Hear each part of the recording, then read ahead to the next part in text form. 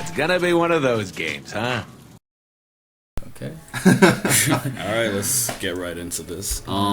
This is gonna be our comic book discussion of our show. And we're going to be doing 2 of comics that were selected by our resident Eli here. We're going to be doing Adventure Time, Playing with Fire, and Why the Last Man, issue 1. So, this comic, Adventure Time, Eli, tell us about it, because you, knowing me, I'm not the biggest Adventure Time fan. No. You have the honor of leading this discussion. Well, seeing as I am a big Adventure Time fan, and I will not hide that, I'm almost 22, and I enjoy myself a few cartoons in my day, but yes, Adventure Time is one of those cartoons that I saw when I was young, a little bit earlier after I came back, and I was like, this could be a nice 1-season thing, and lo and behold, 6 seasons later, I'm still loving the hell out of it. Anyway, I've read almost all the comic books. I am not as big as a fan as another friend of mine, but we're almost at the same level. But still, Adventure Time Playing with Fire is a comic book spin-off of the relationship of Finn the Human and Flame Princess, normally known as FP for Finn. But yeah, this comic it brings out the true beauty of that relationship, and I kind of miss it. I really hated that the show kind of stopped that relationship and gave a big slap to all the fans that said, "Hey FP, get with Cinnamon Bun." I hated that. I won't hide that. I hated that idea, and I hate that relationship. You know they're gonna ship them anyway, man. I refuse to ship that relationship. I write fan fiction. I will not hide that either. I refuse to ship that situation. Every time I see that relationship on fanfiction.net, I will flag it. Yeah, but like that's the thing with couples that the show normally pits together. You know, that's the whole idea of shipping. They want them to group these couples that didn't get together. But shipping really Cinnamon Bun of all people. Cinnamon Bun of all people. I know. I understand that. I still can't wrap my head around they making them smart. Come on, like, that was a stretch. And Pendulum Ward, seriously, you gotta kick yourself for that one, because now it just proves the idea that Finn is the last of his species, and he's gonna have that forever alone tag right on his neck. Nobody said shipping was smart. Nobody said that. But nobody shipped FP and Cinnamon Bun. Nobody. That was a complete. Like you said, it made no sense. It was completely from left field. Stay together is the main thing. They broke up after. If anybody saw the episodes, they broke up after Finn made a mistake due to a certain dream he had thanks to the Cosmic Owl, and I still call bullshit on that owl messing with his head, and Jake just pushing him forward to continually trying to get that dream, even though it was a wet fucking dream, but still. Whoa, man! You gonna have that? They gonna have that kind of thing in a kids show? Yes, but it wasn't as graphic as you would think of most wet dreams. It was kind of like symbolic wet dream. And if nobody else saw it, it was basically FP in Finn's room setting the whole place on fire and then like throwing flames at his crotch. And if that's not as symbolic as you can get with a wet dream, I don't know what is. So yeah, that was pretty symbolic. This comic just takes like the nice relationship of FP and Finn and says, hey, she really has not explored Ooh, and Finn's explored pretty much all of Ooh. So he takes FP to the Carnival Kingdom, and there they basically they're extending their relationship, and Finn wants to prove to FP in some form of way that he can be that he can be a hero and she can be a hero too in some form of way. But FP she's holding him back because she's afraid of what she is. And throughout the comic book, you notice FP is really, really destructive. And being a fire, it's hard for her to have a relationship with a person that is not made of fire, but you can see she really does care for Finn. She really likes that he is he's not he knows and she knows that their relationship has rocks, some serious rocks, and they'll constantly be in the way that he can't touch her by normal means. But just to see them have these moments throughout the comic book of pure emotion for one another, like, and just see FP's length to get Finn, like to help Finn throughout the majority of the comic book, and how she has to go overcome her own inner weakness, her own inner problems. One of those problems being her inability to do certain things, solve puzzles, and overcome her dad constantly in her ear about being evil.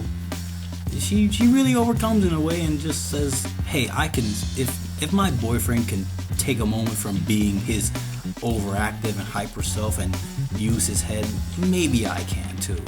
And she really does. In the end, she pulls herself together and she has that pure, beautiful bonding moment with Finn. And I have to say that's a great, I give that a great big thumbs up.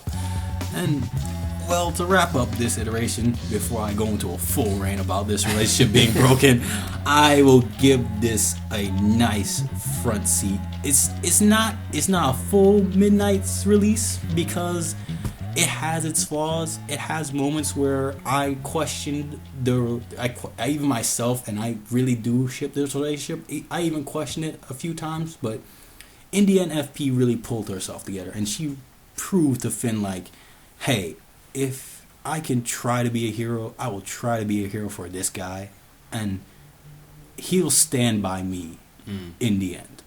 And yeah, that was the entire thing for Adventure Time. But now that's pretty much how every strong main chick feels about a man. You know, it's like it's a ride. FP. I haven't watched most of the series, but from what I've seen, she's a ride or die chick. She is Finn's ride or die chick.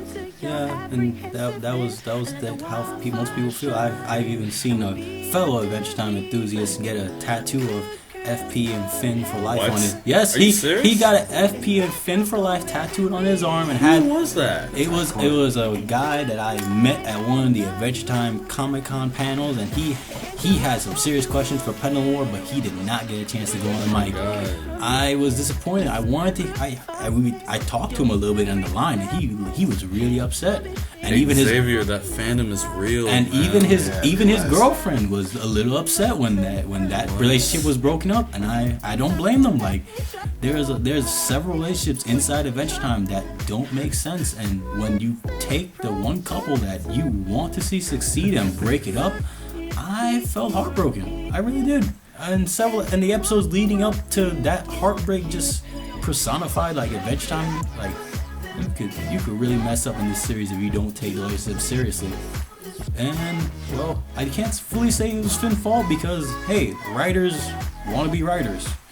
So they could have taken any route with him. You can understand the direction they take, you being a writer yourself. Yeah, I understand the direction they took, but that was such a big swerve to just tell Finn like he would be forever alone, and all the attempts he goes about following that episode to try and find love again, and how he just goes into such a big stupor that even Jake can't help him. Like, it just proves like Finn, if he does not have something to fight for, if he does not have anything to do, he's just that guy that you know that just doesn't care about anything. And Finn is just that guy that you want to be sometimes, but then again you regret being that guy because he's a hero. And what do heroes do? They rescue people. And like every time you see a guy rescue a princess, they don't put out. You have to find that kind of girl that would put out. And when he found that one girl that would give him love back, and in the end that love could not be returned after a certain few episodes, I just felt heartbroken.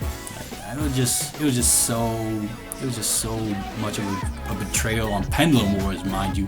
He went on to say after a panel that he was gonna make Finn dedicate himself back to being an adventurer. I was like, come on now, really? You can't do that. Like, what happened to all this beauty that you did, all the relationship building that you put into this couple, just so that they could be broken? I fully expected them to get back together, even if it was going to take another 2 episodes after they met. But just to see FP give Finn that symbolic slap to the face and just accept Cinnamon Bun's love, I have to say no. I have to say no to ever seeing Finn in a solid relationship ever again, and I feel disappointed.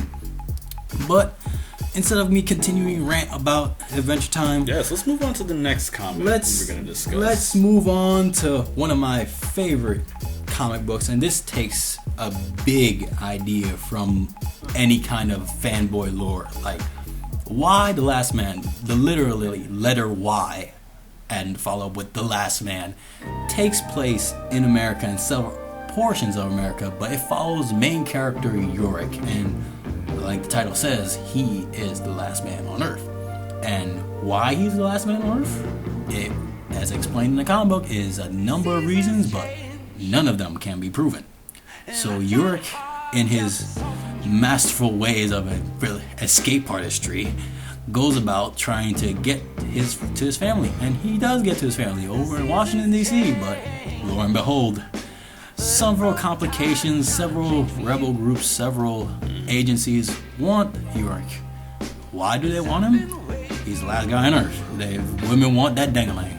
Yeah. That was pretty much like the idea that I got in my head when you showed me. It's like, wait a minute, he's the last man. So obviously he's gonna have to repopulate the Earth at one point. It's all gonna have to depend on one guy.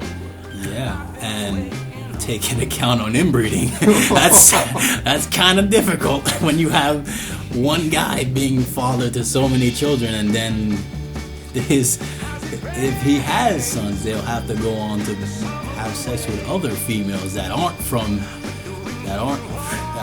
his nation. And it just gets confusing after a while when you think about it without actually reading the comic. But for issue 1, Yorick goes about just trying to find his mother. And his mother, where he works, she's a senator working in Washington, D.C. And where he was, I believe he was somewhere in Boston or close to New York, so he has to travel there by foot. Apparently, shit got so crazy in the course of 3 or 5 months that Yorick has to travel by foot. And since he can't show his face, he's always wearing a gas mask, and he's carrying around a little monkey named, what was that monkey's name? Was it Ampherson? Or something like that. I don't know what it is, but yeah, it's been a while since I picked up this comic book, but I dusted it off from my little man cave and said, hey, let me bring this to these guys and let's see how they react. And for the most part, they reacted positively. Xavier haven't touched it yet, though. Still. Well, most I've read, it was like I pretty much like skimmed through it on the train, but from what I've seen, like Eli said, it's pretty much straight out of a fanboy's like best wish, because we know best nightmare. Probably more appropriately, because there hasn't been a man alive to think about like, man, what if I was the last man on Earth? Like for most men, that'd be a dream come true. But for most realists, when you take it to the extreme realism, yeah, that's a fucking nightmare. Yeah, like not only just having to satisfy so many women, but like you gotta take into the fact that there are rebel groups that like one of them being called the Amazons. Yes, they went in the comic book. They are introduced right midway through the comic book. They take to the extreme level and saying F off to all men, and they cut off one of their boobs to prove their dedication. Like men were the inferior race, but you gotta realize. Men may be the inferior race in your eyes, but you still need them to reproduce. Yeah, that's pretty hard. If you're not gonna last beyond one generation without reproducing, so you're kind of effing yourself off in that idea. Man, you're gonna piss off a lot of feminists that way, man. I know I'm gonna piss off a lot of feminists, but you gotta remember, like. You need guys to at least reproduce. You don't. I'm not saying you have to get along with guys. You don't have to say you love a guy, but you need men for at least one thing, and that's to reproduce. If you don't, they just need that D for like about 5 minutes, and that's about it. Or you just need a freaking cup of sperm and a turkey baster, and you're good. You just like, finish yourself off later. Yeah, it's like a turkey baster. It's like you just place down the cup and the turkey baster in front of them. They're like, all right, get to work. I don't got all day. And I'm not saying I'm against women's rights, or I'm just a manly man that likes women being on the bottom. No, I'm not that type of guy. I believe that. Yeah, women in the majority are smarter than men. I have even been proven to be outsmarted by a woman several times. I'm not. Every man. Yeah, it's for every man. But I'm just saying, like, I'm gonna admit right now that I like the idea of a woman dominating me. I'm not gonna hide that. I like the idea. You getting dominated by your girl right now. It's true. I have to wait. It's one relationship though. I have to wait to have sex, and I'm not gonna care. I'll wait as long as she loves me still. And well, not to get off topic, but yeah. This is Captain Commitment right here. Yeah. I'll call me Captain Commitment. Call me Captain Caveman. I don't care. I will commit to this relationship. But still, York has to deal with these Amazons as they break into, like, at the Washington Monument. These group of women are just saying, they're giving homage to all these men that have given so much to the world. Bono, all these musicians, actors. But these Amazons, they ride up on their motorcycles all righteousness and saying F off to all men, that women were always meant to inherit. You know, the big talk for women that says men were useless to begin with. And then York, he gets up and says, like, hey, I'm a guy, come at me. And lo and behold, he gets his ass handed to him. he knows that he can't throw a punch at a woman. So yeah, York gets his ass handed to him, but in the end, one of the women that are assigned to protect him, this black chick. I believe her name was Agent 355. Yes, this agent, she's black, mind you. She's at Rastafari black. she comes out of nowhere and defends York, even though he starts throwing punches and spray cans at these Amazons, but they quickly overpower him and say, like, we're gonna feminize you in a moment. But she comes out of nowhere, throws one serious left hook and just says to the Amazons, let him go or you're gonna get the same thing she got. And they let him go, and he basically says, hey, I found us a ride. And the comic book goes on to discuss basically how the Amazon leader basically knows York's sister, Hero. And yes, his York's father was very much into Shakespeare, so he named York and his sister after Shakespearean characters. And the comic book pretty much pans out to, like, where the story would lead after that. And I have to say, the story basically picks up when they find a scientist that she believes in herself that she's the one that causes for ending the male population in general. But when she's introduced to York, she pretty much begins to have hope, but not fully. She's just still questioning it all, even at the very end. She's questioning it all, even as a secret organization burns down her lab. She's still questioning it. And for the most part, it's not that bad of a read. Like, if you sit down and you have all, I believe, how many issues were in this again? Was it 13 or? I'd say it was about 55 issues. 55 of the small little, 55 skinny paperbacks, but yeah. for the issues, like the big volume, like the books that I have about 13 of them. I've sat down and read them all, and I was like, damn, I really don't want to be the last man on Earth no more. Nobody will want to be after reading this, man. Like, if you live on that peaceful planet that says, like, hey, we got no violence on our planet, and you're the last guy, you want to get together? It's better than being the last woman on Earth, let me tell you. Oh, that's going to be even more hectic. I'm pretty sure that's one of the reasons why nobody ever thought that was a good idea. Obviously, like, nobody thinks of that. It reminds me of Fallout, when one of the bunkers, the myth is, like, in Fallout, like, they have 1,000 women with one man, and vice versa for another bunker that's close by. And I was thinking, like, hell, damn, I don't want to be either one of them. I don't want to be either the one female with 1,000 guys, or one guy with 1,000 women, because damn, like, that's just a pain to go through that. It's like hearing you either get your hymen broke that many times, or just have either virginity lost that many times. Like, it just seems like such a big FU to the idea, like, hey, let's have a relationship singly. But I'm just gonna say, like, Why the Last Man is a comic book that deserves its ratings from other review sites, and plenty of other review sites have read this comic book and they have taken the time out to journey with York and his compadres, and it's just goes to show you, like, hey, if you have an idea and it's a fucked up idea. Plenty of people will sit down and give it a shot. For the most part, I say like, hey, like, yes, this is a good front seat.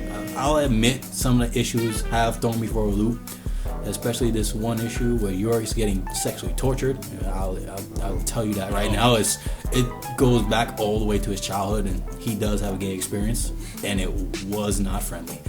But still, this is a great front seat. This is something that you can sit down, enjoy, crack a few beers open, and say, I definitely don't want to be the last man. So yeah, well, that was our comic book iteration here at the Popcorn Hounds. Let's say peace off, and yeah, we'll hug you later.